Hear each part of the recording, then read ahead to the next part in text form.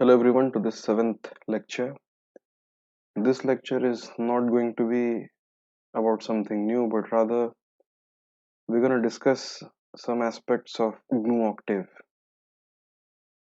Throughout this course, so far we have used Python as the primary language of programming, but this course is not about just one particular tool in programming. While we have used Python extensively, one can achieve the same things using GNU Octave. GNU Octave is sort of a clone of MATLAB.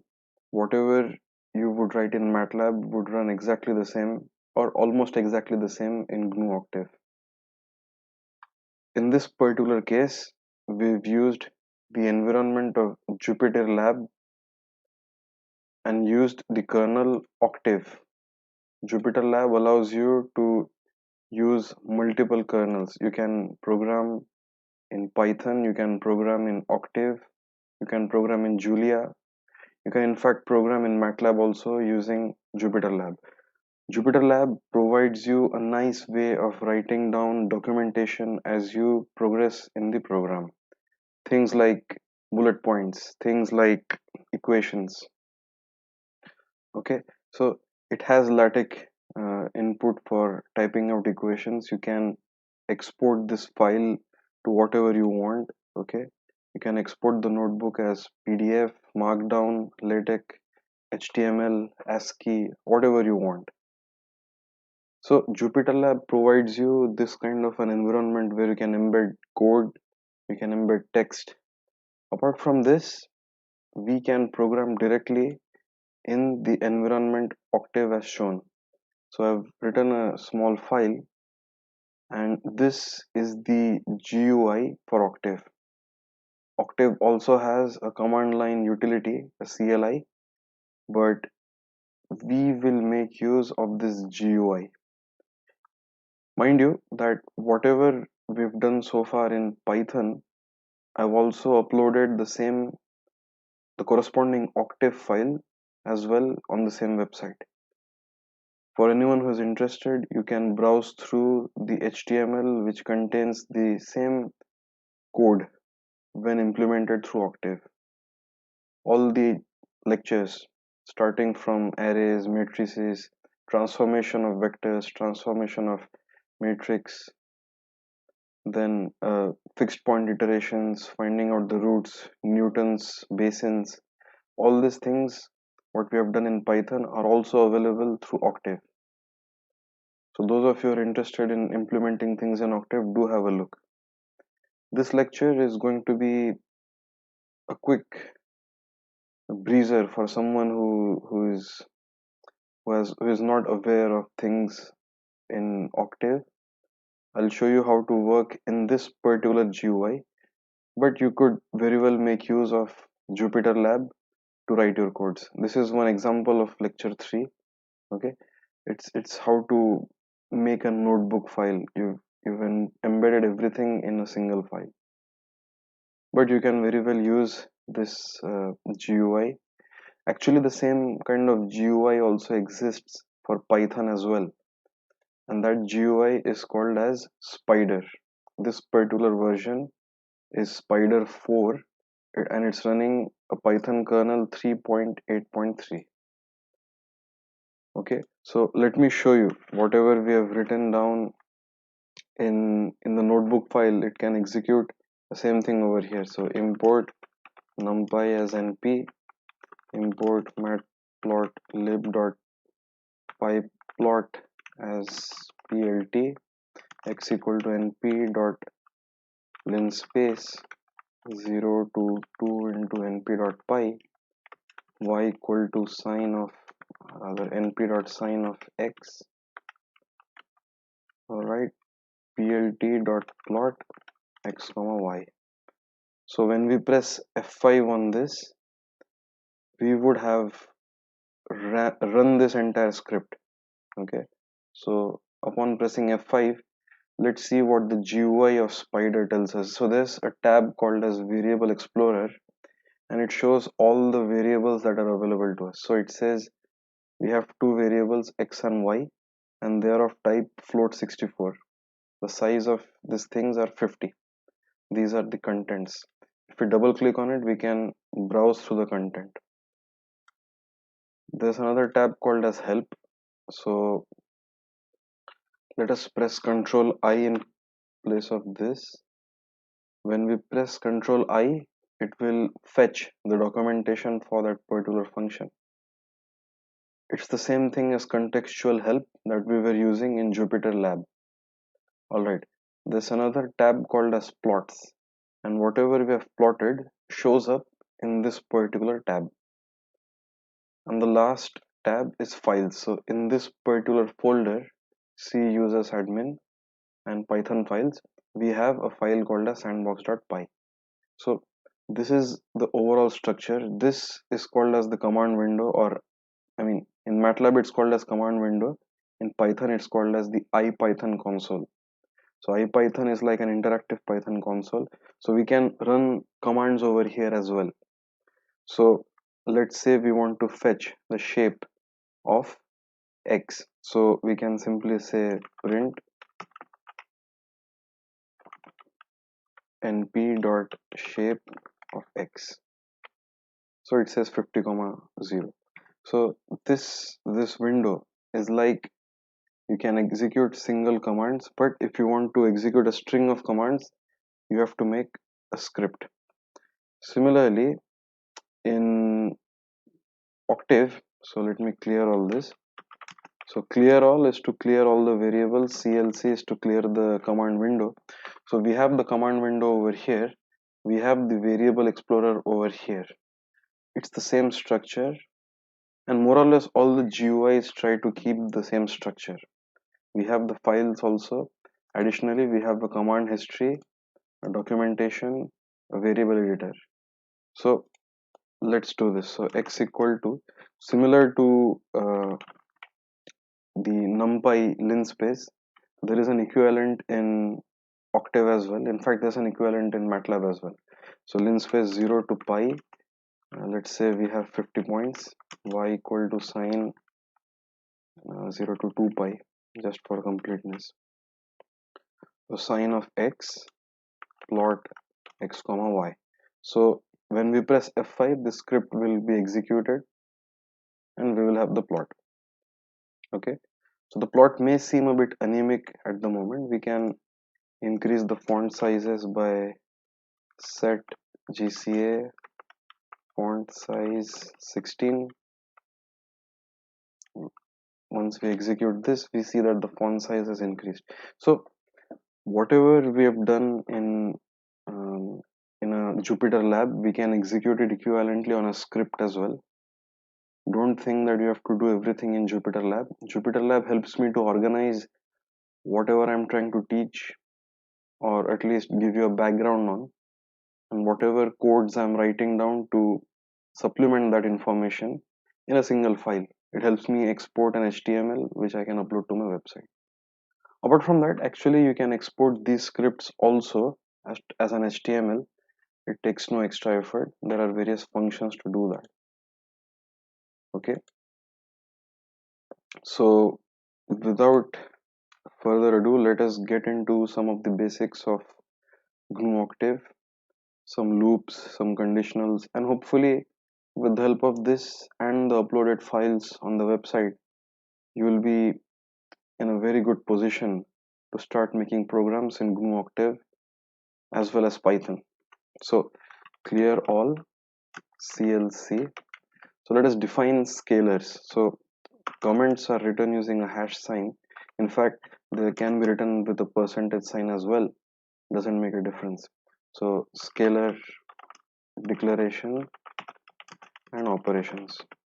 So let us say a equal to 1, b equal to 2, c equal to -2, d equal to 3.5.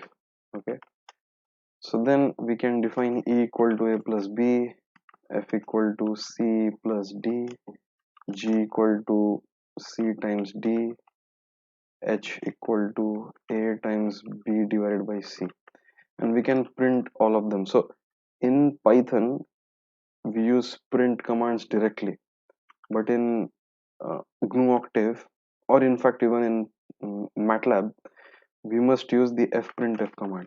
So the fprintf command, if you know a bit of C, it is a printing command which prints to a file. So instead of printing to a file, so typically in C, what would you do? You would give a file ID, then you would have whatever you want to print, and if you have some literals that you want to print, some placeholders, then you would give something like this. But over here, if you omit the file ID, it will by default print to the command window. Okay, so fprintf, let us print out percentage f slash t percentage f slash t percentage f slash t percentage f slash n, and here we will print out e f g h. So slash t means you give a tab, slash n means you go to the new line. Okay, in fact, let us put a percentage n over here as well for good measure. So once we execute this, we would have all the different values printed as a floating point number in the command window, and these scalar operations are as shown over here. The variables are available in the workspace editor as well. If we go into the variable editor and if we double click on A, it will show a matrix where you can manipulate the variable as per your liking. I don't suggest you use all this, but if need be, you can use it. So let's go to the command window. Okay, so this is how you can do a manipulation of scalars and you can print them out. Now let us declare some arrays.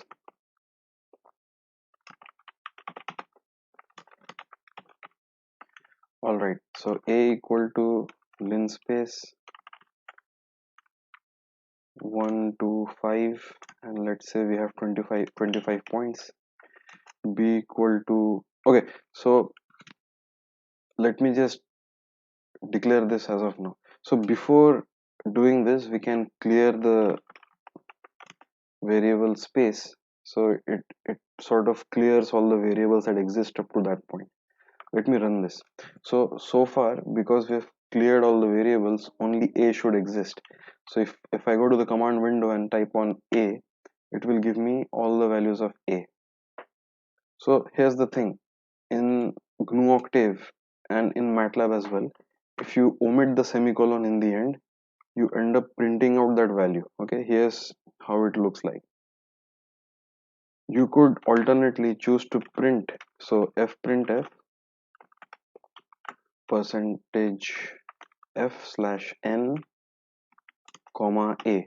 So this will print out all the elements of a with a new line at the end of each element. Let me execute this. So this is how all the elements of a can be printed out. Okay, apart from this, you can simply write down a over here, or you can say disp a. This also does the same thing. So this is how you can display the elements of a. All right, so with this information, let us do a loop over all the elements of a.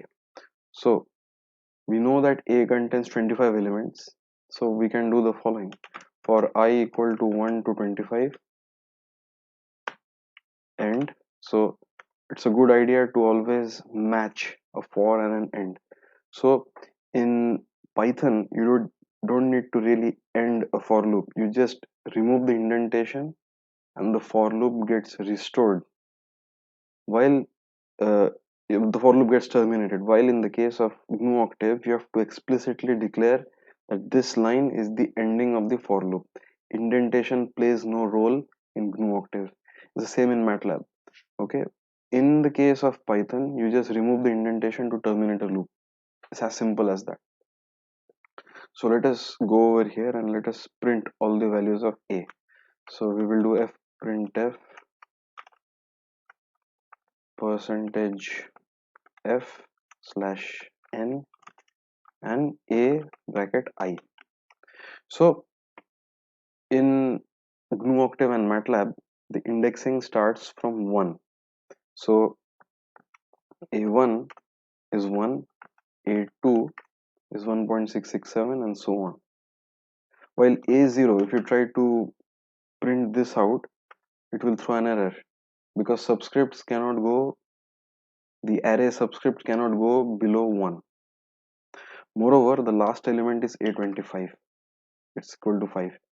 In Python, it is equal to n minus 1. So in Python, it would have been something like this. This would have been the last element. Alright, so that's the small difference in indexing. So Python follows C indexing while GNU Octave and MATLAB follow an indexing which starts from 1. Each has their own merit and demerit, but truly speaking, if you have an idea in mind, you should face no difficulty to implement it in either language. That's the way your mind thinks about it. It should be clear what you're doing. It should be clear in an abstract way about what you really want to achieve, and then it all becomes a matter of semantics. Okay, so we've written down the code. Let me execute the code. So it prints out all the elements of A. Now we can put a conditional on A. So we can say that only if A is greater than 3. Okay, if A is greater than 3, we want to print out the elements, or say we want, let's do that first. So if A is AI is greater than 3, then you do this, else you say that value less than 3. Okay, and then we end the if else block as well. So the if else block has to be also explicitly ended with the end command, unlike Python where if else statements are also dependent on indentations. If you indent a code inside an if statement, you end up sort of embedding those lines inside the conditional. In the case of MATLAB and GNU Octave, it's just declaring explicitly where you want to end the if else statement. Okay, so let's run this. Okay, so value less than 3. Okay, we forgot to put a new carriage \n, and because of not putting a new line, it's printing everything in a single line. We need to explicitly say that you go to the next line. Let me run this again. I press F5. Okay, so we get value less than 3. Then the moment it becomes greater than 3, we get values printed out. So let's do this. Let us print out the values when we satisfy two conditionals and AI is less than 4. Okay, so essentially we are telling if AI is greater than 3 and AI is less than 4, you print out these values. Let me run this. Excellent. So it has only printed me values between 3 and 4. So let us make a meaningful statement. Not in 3 comma 4. Okay, so let me run this again. I forgot the new line character. Okay, so this is how you would print out values which lie in 3 to 4. So in one shot we have covered how to write a loop, at least a for loop, and how to do a conditional. Okay, so let us do a while loop as well. This is something which will be quite useful in various contexts. So while loop is something which executes until a certain criterion is reached. So let us do this. So I equal to 1. So while I is less than 50, end. So again, you have to explicitly end a while loop. In the case of Python, you don't need to do that. You just need to remove the indentation to end the loop. So we will do print, not print, fprintf percentage d comma I \n, and let us update I by I, like 2 into I plus 4, just as an example. So then what do we expect? As I grows, there will be a certain point in the loop where I will exceed the value of 50. And once it does that, this loop should terminate. So let me run F5. So I is 116, 16, 16, 36. The next value would have been larger than 50, and hence the loop terminates. So inside a while loop, we can also put various conditionals. This is particularly useful if you want to run error loops. So you want to check for errors in your iterations. For example, you will see examples of a while loop in the HTML file of Octave uploaded on my website for lecture 4, in which we're dealing with fixed point iterations. So there you will see that when the error becomes less than a certain threshold, the loop has to end. Okay, so this is particularly useful for all that. Okay, apart from this, we can query the size of A. So let me go to the command window. I don't want to write this in the main script because this is something which may not be useful at this particular moment. So let me do this. So we already have A. This is A. So let me say size of A. It's 1 row and 25 columns. Let me ask for length of A. It's 25. So instead of hard coding this loop, we could have alternately done this for I equal to 1 to length of A, meaning I would naturally go from 1 to 25. We don't need to worry about what value we define over here. I could very well define it to be 50, and the loop would have automatically adjusted its length to go from 1 to 50. I don't need to hard code the value of the for loop. Okay, so this is quite useful in order to execute loops in a very structured fashion. Let us continue with some more relevant things that you should know about arrays and arrays multiplication, element-wise multiplication in matrices and all these things. So let me create a new file. Let us save this and let me call it matrix manipulations. All right. So suppose you create a random array A of size 3 cross 3, and you create a random vector B of size 3 cross 1. Let me run this. So let us see what A and B are. Alright, so now we can perform C equal to A times B. So essentially this is a multiplication of a matrix with an array. So the first element of C will be this row multiplying this column. So this multiplied by this plus this multiplied by this plus this multiplied by this. That will be the first element of C. The second element of C will be this row, rather this row multiplying this column, and so on. So let me run this. Let me see what C is as well. So C is valid. Okay, but if I were to make another random array C equal to random 3 cross 3, and if I wanted to multiply each element of A with each element of B, meaning I don't really want a matrix multiplication in the classical sense, but I want each uh, element to multiply with the corresponding element of C. Let me show you what exactly I mean. So let me print out A and C. So suppose I write E is equal to A dot star C versus F equal to A times C. So E would contain, the first element of E would be, so 1 comma 1 would be this multiplied by this. That's it.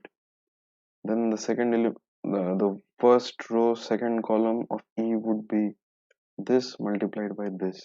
Then the first row third column will be this multiplied by this, and so on. But F, which is A times C, is going to do the entire matrix multiplication. So the first element of F, the first row, first column, will be this multiplied by this. Then the first row, second column will be this multiplied by this, and so on. So this is how you can achieve element-wise operations. And this is particularly important because you don't want to end up doing a bunch of incorrect calculations because you thought that it would do element-wise multiplication, but instead it did matrix multiplication. In fact, element-wise operation of A and B would be forbidden. So A dot star B, what is A dot star B? Well, it does do something, but ideally you want to avoid all this because B and A are not of the same size. B times A would be forbidden because the yeah, so it's non-conformant arguments because the size of B, so the size of B is 3 cross 1, and you cannot multiply 3 cross 1 array with a 3 cross 3 matrix. You can multiply a 3 cross 3 matrix with a 3 cross 1 vector. That's perfectly fine. All right. So this is how you would go around doing it, and all the same rules apply for division, and typically operations such as exponentiation, they are broadcast over all the elements. So let me say a equal to linspace, let me call xc equal to linspace minus 2 to 2, then d equal to exponential of c. So all the elements of c are exponentiated and it is assigned to d. Okay, we can plot c comma d. Let me run this. Okay, there you go. This is the plot of exponential of x. Okay, so now let me wrap up this particular lecture with a quick demonstration of fixed point iterations. I mean, all the codes are available on the website as such. You can have a look over there. We've discussed in detail about what we're trying to achieve in Python, but remember, you can apply the same logic in Octave as well. So what do we have? We have, suppose we want to solve exponential of x minus 3x square equal to 0. This is the equation that we want to solve. So let me cast it in the form x equal to exponential of x upon 2 divided by square root of 3. So you want to cast it in this form. So let's say x guess or x naught is equal to say 2.5 or 2.4 for I equal to 1 to n iter. So n iter would be equal to say 25. Let's end the for loop. Then over here we will do x is equal to exponential of x naught upon 2 times divided by square root of 3. In fact, we can just do x naught over here, it makes no difference. Then we can print or f printf x naught. Let us in fact print the iteration number and the value of x naught as it is updated from the initial value of 2.4.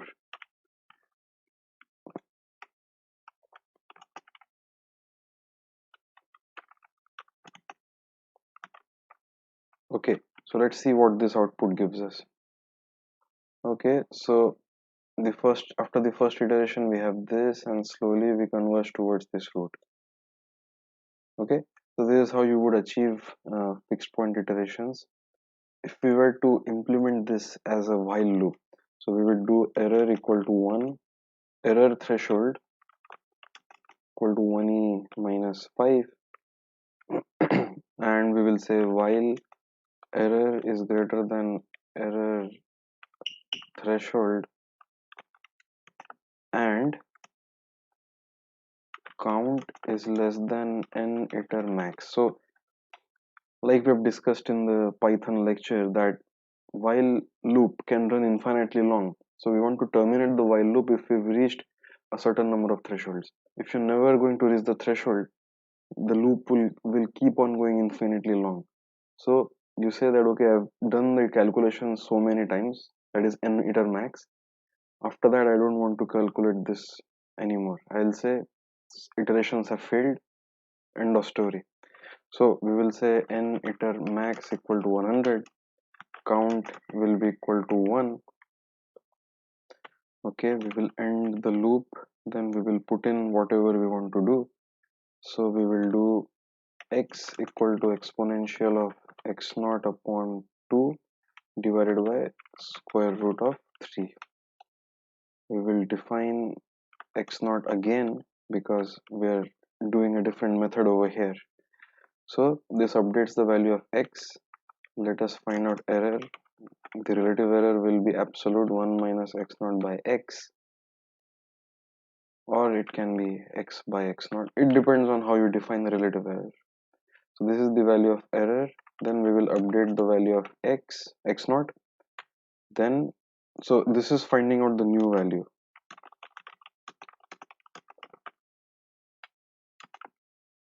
This is updating the value of x naught after calculating the error. Okay, we will increment count.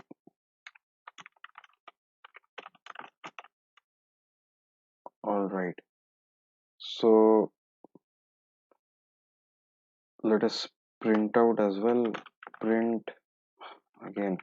It's just switching between different programming languages. Sometimes it's you get used to some language. Okay, so percentage d, we will also require percentage f for the error and percentage f for the root. So we will print count. Actually this has to be afterwards.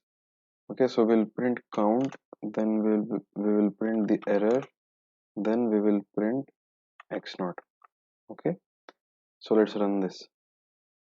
Okay, so okay, let me comment out this part. We don't need this. So I just select a bunch of lines and press Ctrl R. That comments everything. Okay, so let me run only this part. So these are the iteration numbers. So after 17 iterations, we have reached the threshold of 10 to the power minus 5. The relative error is less than 10 to the power minus 5 after 17 iterations. In fact, if we make this 10 to the power minus 8, it took 26 iterations. Okay, let me improve the number of digits in printing. So 3.16f means 3 digits on the left of the decimal, 16 digits on the right of the decimal. Okay, so let me execute this. Okay, so this gives a better picture. You see that the error is really small. Let us see what happens when we push it further. It took 38 iterations to reach a relative error of 10 to the power minus 12. Okay, so we could have defined this as a function as well. Okay, so we had done this in Python already. So ideally, let me cut this. You just want fx of x naught. Okay, but what is fx of f naught? So for this we have to create a new file. In this new file we will create the function. Function return value will be y equal to fx and the input will be x. So fx is the name of the function, input is x, the output is y, and we have to return this. So y is this. We don't have to explicitly mention return y because the return argument is already mentioned in the function itself. So function y, that y is the return variable. Remember, that xy and whatever we are defining in this particular file is strictly local to this file. It does not have a global sense. It does not have a global scope. So these are created locally and terminated once y has been returned to the main file. So the function file has to be named exactly equal to this function name. So we have to create a file fx. So let me do this. Let fx of 1. So it passes 1 to this function. It evaluates the function and returns me value of y. If I had multiple outputs, I would simply do this.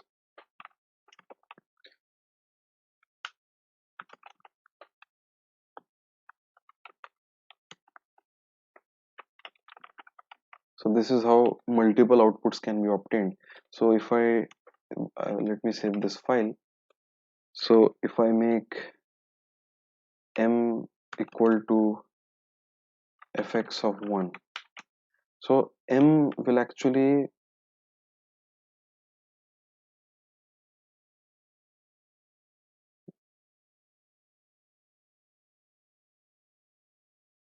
so I need to, yeah, so I have to supply this a b c.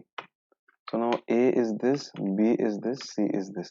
So these are the three return values that fx has returned to me. Okay, I must appropriately in the main, wherever I'm going to use this function, I must have these three variables waiting for accepting the output of fx. Okay, so let me remove this. We don't need this for now. We just need a single scalar output of this function. So I'm going to remove this. I'm going to go to this. So I'm going to run this again. We get the same output. So this is how you can abstract your tasks to a different file. You can make a function, you can create a different file. In Python, you could make the whole thing in a single script.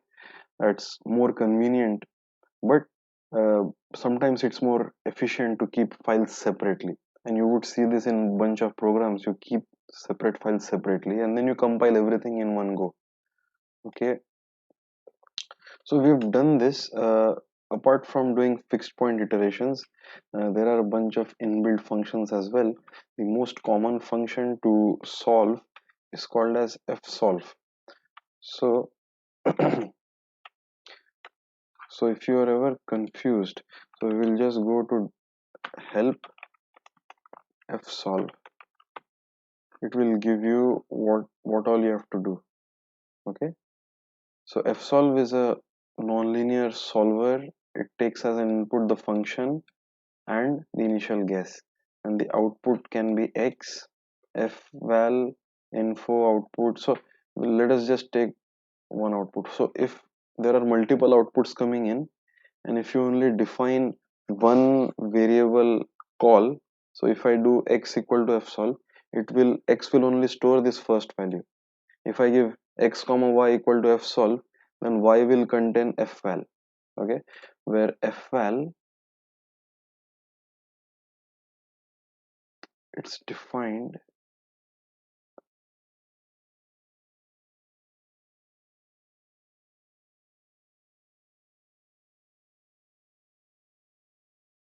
So the documentation is a bit wonky.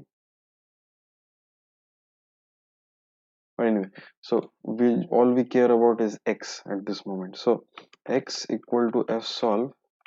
Now in Python we had to give the function handle. The same thing we have to do over here. So passing a function handle is done with the help of the @ sign. So now if we do this and give an initial guess, so 2.4, let us see what happens. Let me execute this. Let me press F5. Okay.